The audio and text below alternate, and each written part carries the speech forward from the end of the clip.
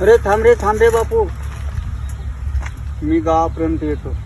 8 दिवस झालं का दिसतही नव्हतास. कोठी गेला होतास तर तू? बे का करतेस?